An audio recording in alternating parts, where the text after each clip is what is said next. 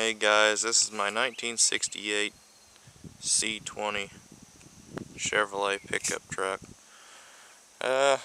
Originally I always liked the 60 to 66 Chevy body styles, but my first truck, which I still have, is a 71 GMC C1500.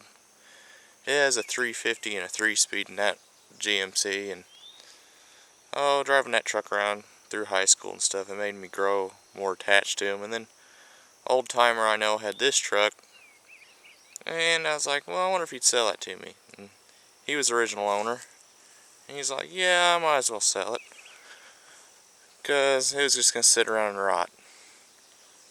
Well, what I think's neat about this truck is I got the original bill of sale with it, which is pretty crazy. He had $506 trade-in, which he told me was a 49 5-window Chevy, and he paid $24.75 for it. Well, that's with the truck, but after license and title, which is $5, Illinois tax, which is $123.75, $30 for the bumper, and $15 for the dealer undercoat, it brought it to $2648.75, which I thought that was crazy.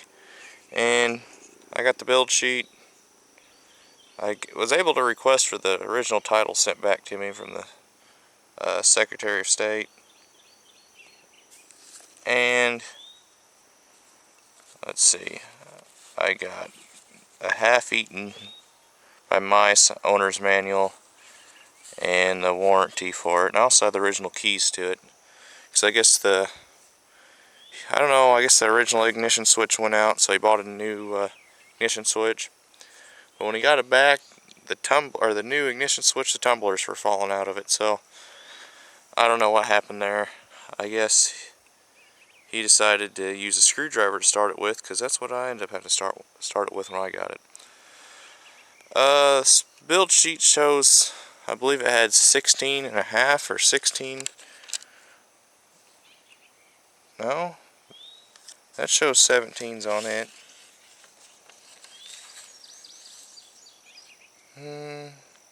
I saw somewhere where it showed it had 16-inch rims on it, but it really has 17-inch split rims, which is crazy, and everybody's like, oh, those are dangerous, you need to get rid of them.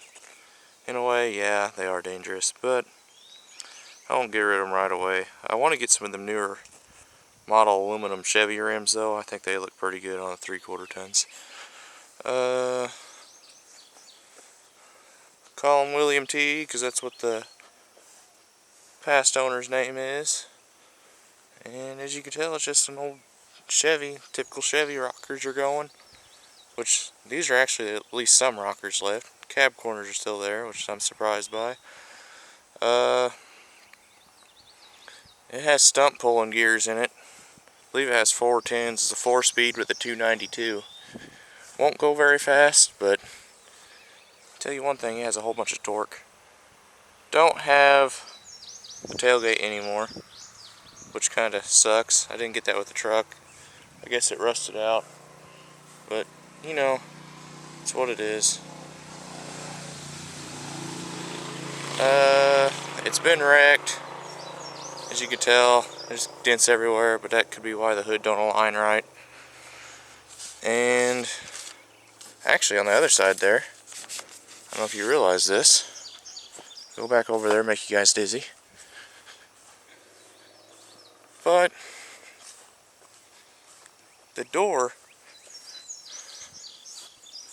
is a different color, so I have a feeling he wrecked it and he just kind of painted it with whatever paint he had that was close to it. Of course, my options say that the truck was red, but it looks orange to me now. I don't know. There's a little bit of Bondo work in there. I don't know if you can tell. I don't know what this is totally. It kind of looks like lead that was used for body filler, but maybe it's just a real bad Bondo job. Oh well. Show you the engine here. If I can get my hood prop out, because something went wrong here. I might have to set this down. Here. Let's see. I'm talking to myself. Camera's hearing every word of it.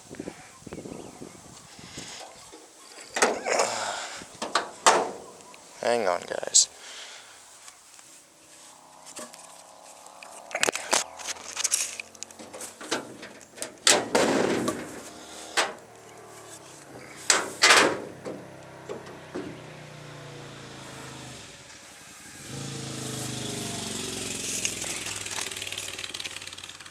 Alright, now I'm back.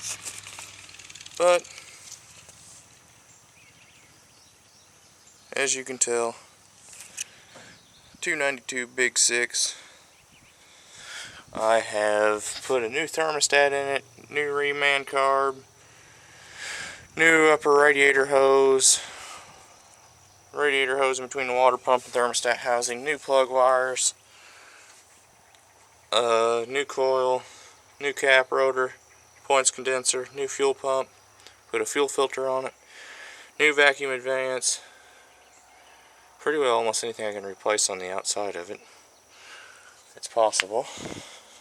Got it, had pretty much a brand new radiator in it, had a pretty new battery. Typical problem on a lot of these old Chevys, which I end up fixing it on mine. Let me get underneath here. I should have went over there. But the trailing arms like to rust away on these. And I just got some really good used ones and kind of cleaned them up and painted them. There's my hack job for my exhaust, but oh well. I guess I could start it up now. If she'll stay here and idle. Sometimes she will, sometimes she won't. I'm going to have to re-glue my rear view mirror back on. As you can tell, it fell off. Has a manual choke, but most of the time I don't need to choke it. Let's see here. I might have to pull out the choke to let her run though.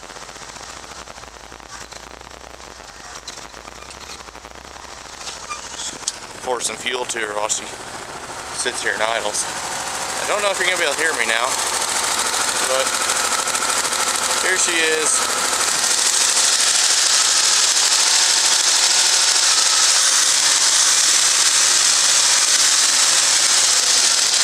Ain't totally idling right since my choke's pulled out, but oh well.